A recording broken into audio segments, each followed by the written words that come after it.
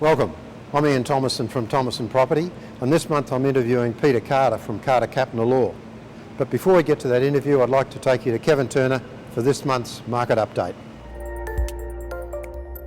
Thank you. Well, ASIC is considering increasing its powers to include oversight of property investment schemes that recommend self-managed superannuation funds ahead of its report on property spruikers, which is due out in April. Currently, ASIC has no responsibility for oversight of direct property investment, which is totally unregulated. Late last year, ASIC said it was undertaking limited surveillance of financial advisors and accountants over concerns that property spruikers are encouraging investors to set up self-managed superannuation funds purely as vehicles for dodgy property investments. It's only about 15% of the industry that doesn't operate under any controls, mainly because they're not under the umbrella of a bank or other regulated entity. Good news now for those property owners who were flooded in 2011 or earlier this year. Australian Property Investor magazine report that valuers are reducing the risk rating on flooded properties in some areas from 4 down to 3, which will impact values and make borrowing on these properties much easier. And finally, it was good to see a number of lenders have reduced their variable rates out of cycle with the RBA. While there have been several rate increases out of the cycle, we've never seen lenders drop variable home loan rates while the cash rate remains stable. Since the government announced banking reforms in December 2010 to boost competition, smaller banks have captured an estimated $21 billion in home lending business from the big banks.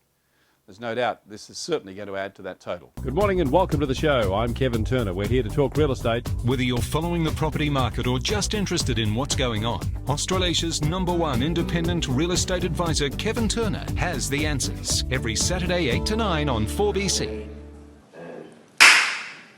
Okay.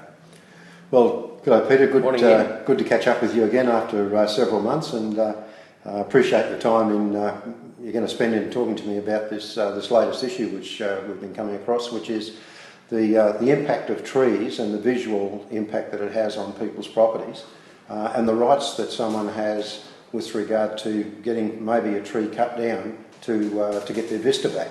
So I know there's been legislation with QCAT, and I'm wondering if you could expand on that for us. Sure, thanks Ian.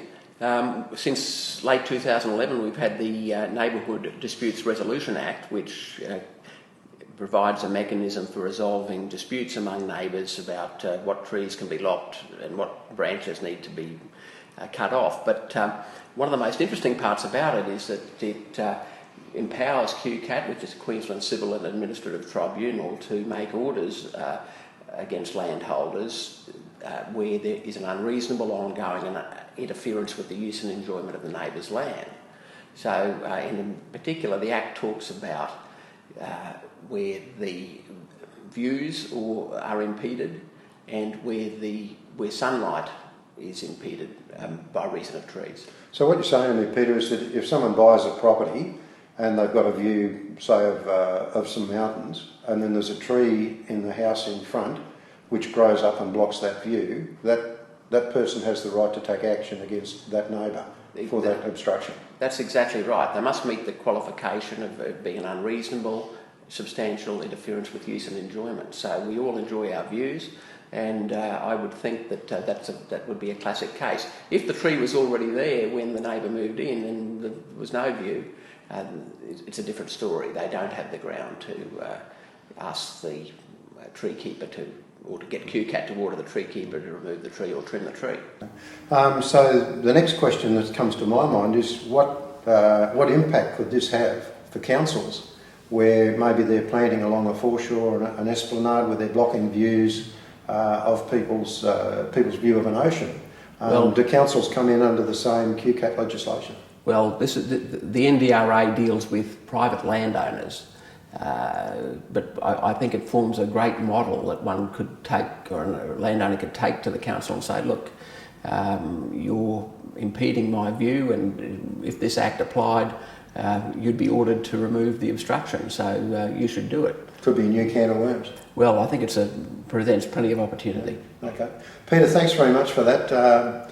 There's some other issues about trees along boundaries and things which I'd like to talk to you about in the future, but that's another subject. But thanks very much for assisting me today and giving us that advice. It's been really good. Glad to be here, Ian. Thank you.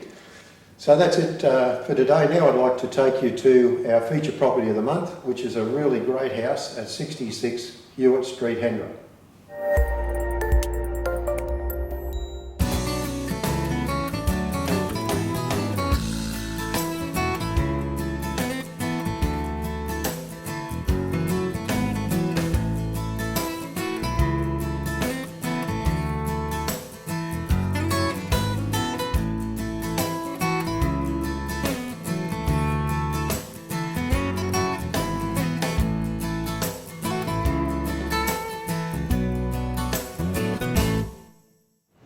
Well, I'm sure you agree with me, that's a great property.